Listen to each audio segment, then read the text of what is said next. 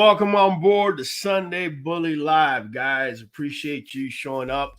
For those of you that don't catch us normally live, I want to let you know from this point on going forward, we're going to have chapters below in the description. Okay, all you got to do is scroll down to the descriptions, and after the live is done, we're going to classify everything into chapters, and then you're going to be able to, I guess, answer your questions or get to your questions faster. In addition to that, we're also going to do things a little bit different, guys. I'm actually going to do, I'm going to go into topic. We're going to talk about that. And once I'm done going into topic, then we're going to open up for questions, okay? Is there anything I got missing, Kyle? Bro, Yeah. make sure that everybody that asks questions, make sure it's on the same topic that we're doing today. Okay. That way we can stay on topic. Stay on topic. Okay. So, guys, you already know if you're a member of this channel and you're going to ask a question, make sure it's on topic. Today's topic is breeding mistakes. Okay. So, anything that you got to ask about that, by all means, go ahead and drop it. And my guys are going to mark it for me to answer. Okay. It's going to be that simple. So, guys, look, one of the things I want to talk to you about, which is one of the more common breeding mistakes I see, is actually having a dog that lacks bone. In other words, the bone thickness is not the same for one dog than it is to the other. In other words, there's a disproportion. There's one dog that has a lot more bone than the other one does. So what I kind of want to share with you guys, excuse me, I'm a little under the weather. What I want to share with you guys is, let's say a dog had, let's just throw a name out there. Let's classify bones into 3 categories, just for the sake of argument. So let's say you have a dog that has very thin bone, you have a dog that's got medium bone, and then you have a dog that has, very thick bone, right? So what ends up happening is sometimes you'll have a dog that has very thin bone, and rather than going through the process of breeding that to medium bone, what I see a lot of breeders do is they'll skip, from going from thin bone to medium bone, and they'll just breed a dog that's very thin bone to a dog that has a lot of bone. And that can create some serious problems, because you understand that not the entire litter is going to have a lot of bones. So the ones that actually have thin bones in their extremities, yet say they get the big head and the big shoulders and everything else that weighs the dog down, not only does the dog look disproportionate, kind of like a big bodybuilder with, chicken legs, in addition, things like east-west are perpetuated. In fact, not only east-west, keep this in mind. Say you have a dog that has a straight back, right? Here, let me put it there. Okay, so you have a dog that's got a straight back. However, because they're light bone up front, okay, they have light bone in their front extremities, but they have a lot of weight, meaning they have chest, shoulders, head that is disproportionately heavy for that bone to be able to carry. And when I say bone, I also include the soft tissue that goes with it. What ends up happening is the pasterns are going to come down, okay? And when the pasterns come down, you have a dog that has a perfect top line. When the pasterns come down, all of a sudden the rear looks like it's high. A lot of times it's not that the dog has stiff stifles or even has angulation issues in the rear. A lot of times is the disproportion and the unbalance they have up front that causes the rear to look like it's high. Because if you drop the pasterns by an inch, it might not seem, an inch looks this, yay big to us. But when you elongate, when you go from the withers all the way to the rear, to the rump, you're going to notice the rear is going to be higher. So a lot of times the high rear can actually be caused not because there's anything going on in the rear, because something's going up in the front, and it's got more to do with people disproportionately breeding bone. So let me give you an example. Now I'm going to show you a slide here, and you're going to see where it says correct here.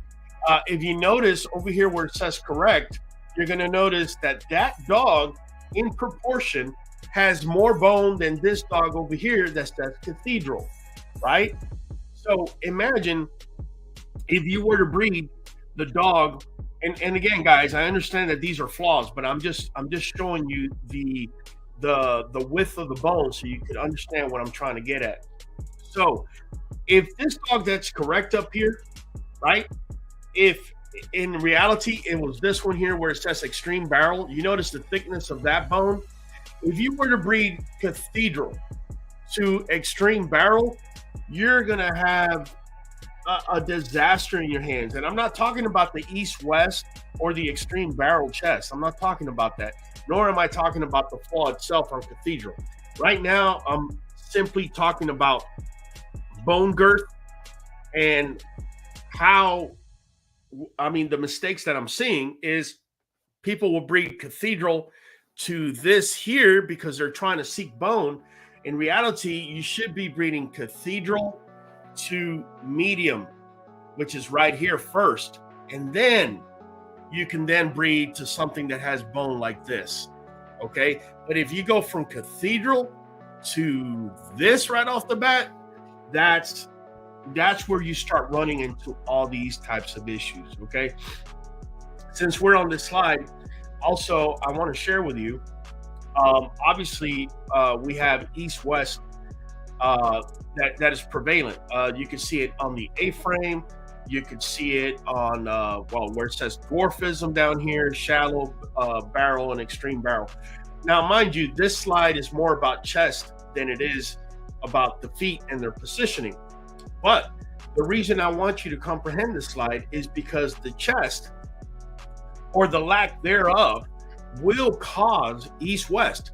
Take a look at A-frame, okay? A-frame is nothing more than a dog that lacks shoulders. Okay, if you notice on A-frame, when I bring up the slide, you're going to see that the chest size is pretty equivalent to the one that is correct. In fact, you may have perfectly correct chest. What is causing the east-west is not the chest, folks. What's causing the east-west is the lack of shoulders. Okay, you can see it there as clear as day. Okay, so keep that in mind, that whenever you're looking at east-west up front, I want you to look at the shoulders. I want you to look at the chest in proportion. Is it symmetrical? Does the dog have symmetry when you're looking at the chest? Here you go. When you're looking at the chest, right, and the shoulders, do you have symmetry? When you reach that symmetry, okay, then you look down. So I want you to start looking up at the shoulders, then down to the chest, and then down to the pasterns. Okay, some of you misdiagnosed. Like, don't get me wrong, you recognize east-west. Okay, you recognize it, you know it's there. Okay, but you misdiagnose what's actually going on. You may have a dog that's got no shoulders, and you're thinking that the east-west, you have a dog that's got no shoulders like the A-frame over here, and you're thinking that the east-west has more to do because of the pasterns. And that might not necessarily be true. Now, don't get me wrong. If you don't have joint support, if you don't have a multivitamin like I always talk about, which is Nuvet and Nujoint Plus, you're going to make things worse because there's already an imbalance. And the torque at the very end of those bones, right? You have the soft tissue. The torque goes up, meaning there's more pressures. There's more things either pushing or pulling. Okay, and if that joint support, if that joint is not as strong, you're going to get wonky looking dogs. Okay, you're going to get dogs that are going to be showing you, like where you see shallow barrel and extreme barrel. Look at the positioning of their feet. Okay, look at the positioning of their feet. All right, so I just want to make sure you guys get that. And next time you see east-west, because I got a lot of you writing to me, and you're like, "Hey, man, ever since you've been dropping videos, I've been able to see things I didn't see before. And once I see it, I can't unsee it." I get it, and that's great, man. You're definitely heading in the right direction. But let's take it a step further. Let's look at the chest. I'm sorry. Let's look at the shoulders. Let's look at the chest. And let's look at also the positioning of the feet or the paws underneath the femur. Okay, if you go to the shoulders on Fireball, who we can, I want to say we can agree is symmetrical, and you come down to his chest, look at the femur, meaning those front legs, right? That's the longest bone in the front legs. Look at it come completely straight down. Now, if Fireball, if his pasterns would stand east-west, but I'm seeing the symmetry in the shoulders, the chest, and the legs are coming straight down, then I know that that's going to be an easier fix, because even though I've said in the past, it's easier to fix up front than you do in the rear because you have less moving parts. When you have a dog that has everything correct and at the very bottom it just opens up, then I know the fix is going to be easier than if you have a dog that lacks shoulders, because that would probably be the first thing you need to get on board, is get some shoulders in order to widen the dog, in order not to show a cathedral, A-frame, which is showing restricted shoulders. You see where I'm getting at? Okay. So now that we hit that, let's go to the rear and let's talk a little bit about the rear. And I mean, it's perfectly evident here where you can see correct right over here, and then you have narrow, then you have turned out hocks, and you have cow hocks. Now, I've been asked because people will write to me and they're asking me, okay, how does cow hocks affect the dog functionally? I can tell you, I have seen dogs that functionally don't have a problem. Okay. The thing is that cow hocks is something that is not desired for the ring. Okay. So if you're breeding, so you could put your dogs in a ring, definitely cow hocks is something that you most definitely don't want to have. However, if you have, if you're breeding, say, working line, you have dogs that you work with or whatnot, and it's not affecting their functionality in any way, shape, or form, then by all means, cow hocks is not something that's truly going to affect you. Let's look at angulation, right? Now, remember I just said earlier that the pasterns being dropped because of too much weight in the front will affect your rear. I don't care if you have correct rear angulation and a perfect top line.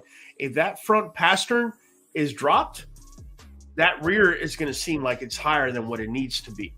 Now, whenever you're going to be looking at rears, my recommendation is, first and foremost, you got to have a flat surface. Okay? Better than anything, in my opinion, is a sidewalk. Concrete, right? I feel like concrete is going to be the very best that you can have. Hold one. Let's go into a commercial break. I'll be right back.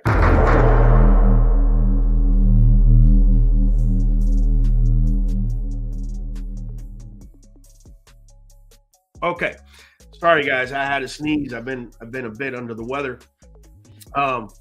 So what I want to tell you is, when you're going to go ahead and evaluate, what I want you to do is make sure the dog's on the sidewalk, and then also make sure that the person is stacking the dog. Now, granted, a dog can free stack, and if it free stacks perfectly, that's great. But if you really want to get to the bottom of it, it's going to be hard for you to get your dog to free stack perfectly. It may take a little bit before you're actually able to see it, right? So if you could have your wife, or even yourself, if you could have a stationary camera and you set the dog up in front of the camera where you could see everything, and you line them up, you're then going to be able to evaluate. Now, a lot of times when I have people evaluating rear angulation, they look directly at the stifle. Now, I've spoken in the past where the stifle is. Let me bring this picture so you know. This is the stifle right here. Okay, that's the stifle. And it's, to all effects and purposes, it serves like the knee, right? Like the knee for the dog. But what I want you to look at is not going to be necessarily first the stifle. Okay, what I want you to look at is going to be the hock. Okay, this right here. Okay, because the hock is going to let you know what's going on and if there's something that you need to fix immediately. So if you notice the hocks on all these dogs, the hocks are perpendicular to say this wall. I'm trying to point at it to say this wall right here. The dog's hocks are 90 degree, for the exception of the sickled hawk. Okay, and the sickled hawk will let you know what's happening, because you're going to notice that the dog cannot have the hawk at a 90 degree. Okay, it's actually going to be maybe at 85, 80 degree, 75 degree, and that's mostly because either the femur or one of the bones that are there is way too long and is overextending it. Okay, it's really important you see that, because a lot of times if you weren't looking at the hawk and you were just solely looking at the stifle, okay, you would be the first person to say, there's nothing going on with the dog. The stifle is perfect. There's nothing. But if you're looking at the hawk and the hawk is leaning forward, now you realize that maybe the assembly, the rear assembly, including the femur, the stifle, it's a bit long.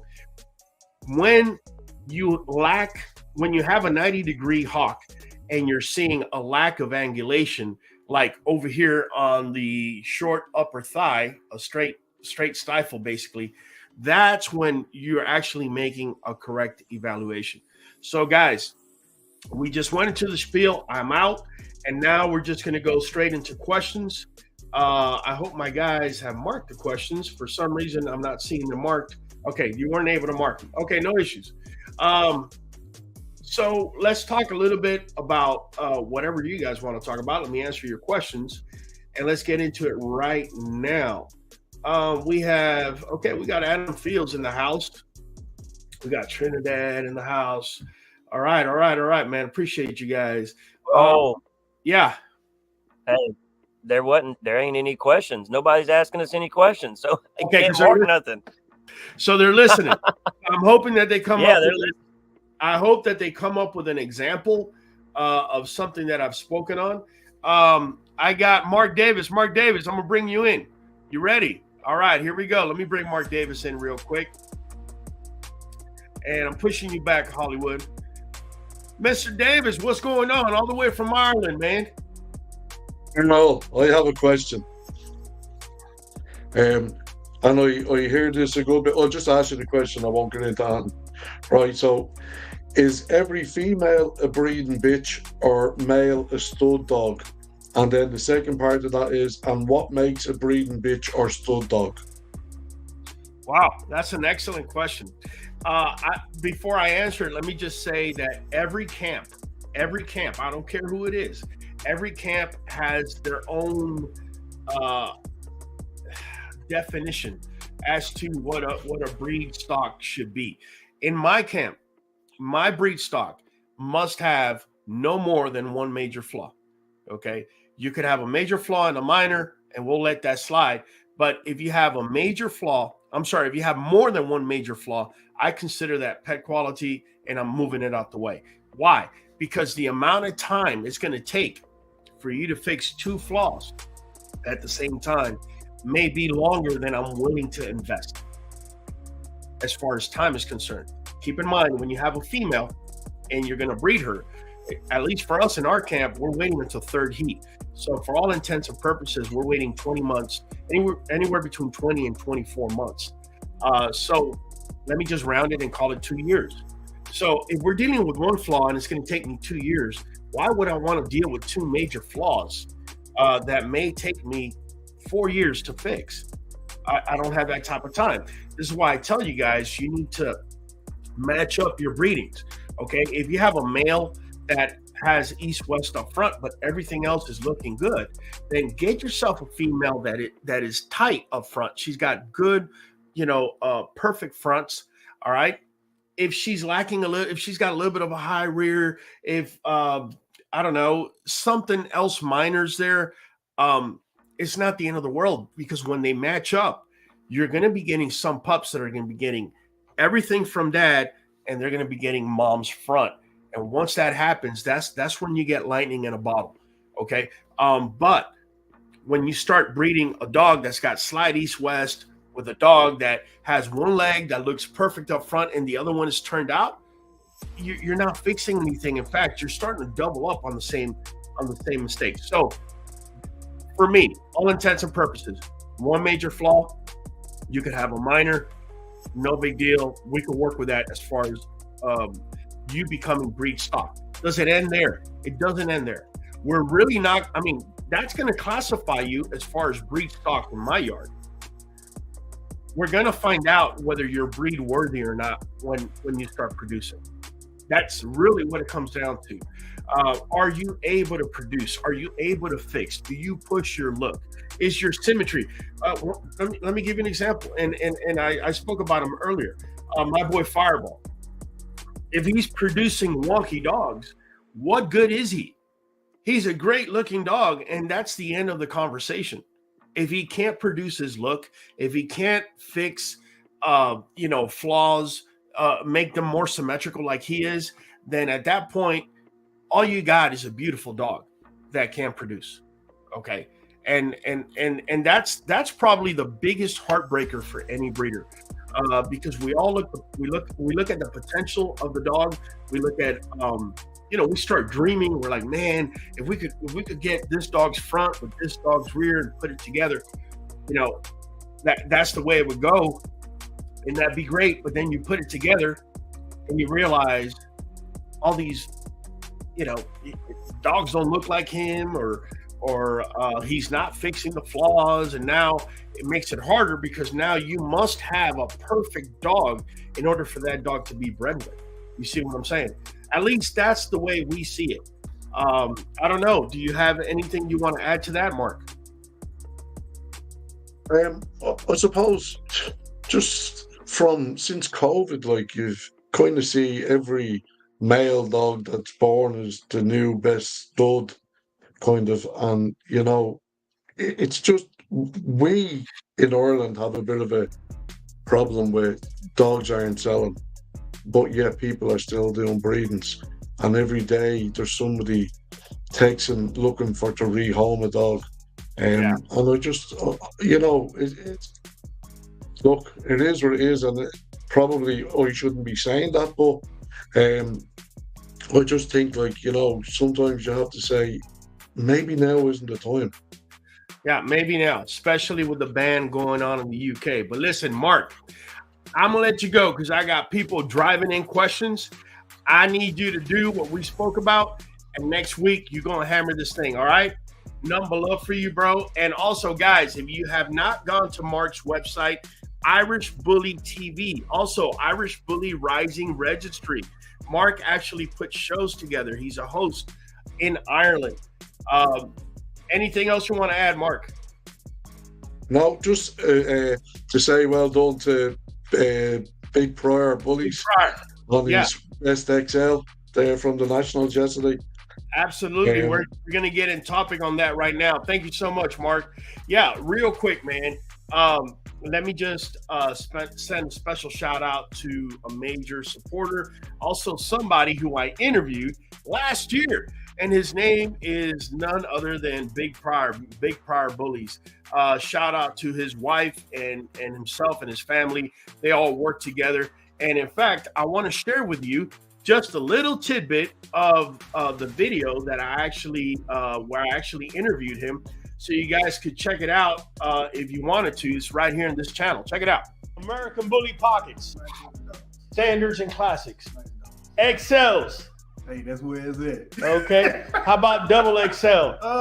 That's for some people, not for me. Now, East-West, high rear. Now, I don't want 2 or 3 deal breakers for you. I would say if it has 3 flaws, like 3, like you can see with your eye flaws, I say nah. QB and Kennel. Very knowledgeable, putting out information for people to know about breeding, what to expect, education.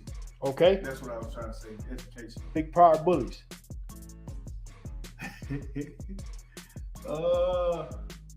Some great dogs. You gotta give me more than that. You got to give me more than that, man. I don't know. You threw me off with the one-word stuff. Man, we're upcoming kennel. You know what I mean? We done did a few breedings, and we're striving to breed towards the right now ABKC standard. That's why all my dogs are registered. So that's what we're working towards, man. We're working towards show dogs. Trying to get to that Excel. That's going. And I'm gonna stop it right there, real quick. Big Pryor and his boy HBK, actually his boy HBK, took Best Excel in ABKC Nationals. Congratulations to Big Pryor, like I said earlier. Also, tomorrow we got Bully Bowl Monday, $5,000 payoff, stack off. And guess who's going to be there? Yep, you guessed it, Big Pryor. And the prior winners that actually want to come and participate, in addition, if you haven't qualified, in order to qualify, you got to win one of these months. You still have one more chance tomorrow. We're going to do December 1st. And once we have the December winner, then we're going to bring in all the champions together, and they're going to stack off for a $5,000 payoff. None but love, Big Pryor. Hope to see you tomorrow. Kevin Robinson says slightly higher rear normal for pups 4 to 7 months. Yes, I have seen that. You got to realize that when a dog is between 4 and, well, you say 7, but 4 in a year, maybe sometimes even a couple of months after that, they're in the lanky stage. Okay, so you might get the rear, rising up a little bit more than the front, and you start getting a little wonkiness. Give it some time. Let the maturity set in. Let the dog widen in the rear. Let the accessory muscles change the dynamic of that rear. Okay, and once the dog is fully mature, more likely than not, everything should either correct itself or make itself better. All right, Steven says, what's your thoughts on 3/4, 1/4 breeding formula? What are some mistakes that can come out of that? Excuse me. Steve-O, I don't understand your question. Rewrite it, man. D. Taylor says, have you seen any myostatin genes in American bullies? I haven't. And again, I go off of Embark. So if Embark, I just haven't I haven't seen it. I haven't seen it through Embark. The minute I do, I'll bring it up. Kevin Robinson says, Raul also has a chart on the QB&K app that shows minor and major flaws. You got it, man. Absolutely. If you go to our assessment tool, which you could get on our QBN app, you will be able to evaluate your dogs. Guys, this is the lightning round. I'm trying to get it out quick. Mark, are the XL bullies banned in Ireland? The answer is no at this time. Okay, the answer is no. Kevin Robinson, what's the benefit of raising the dog bowls? You're forcing the dog to extend. This is one of the reasons why we have pea gravel in each one of our cages.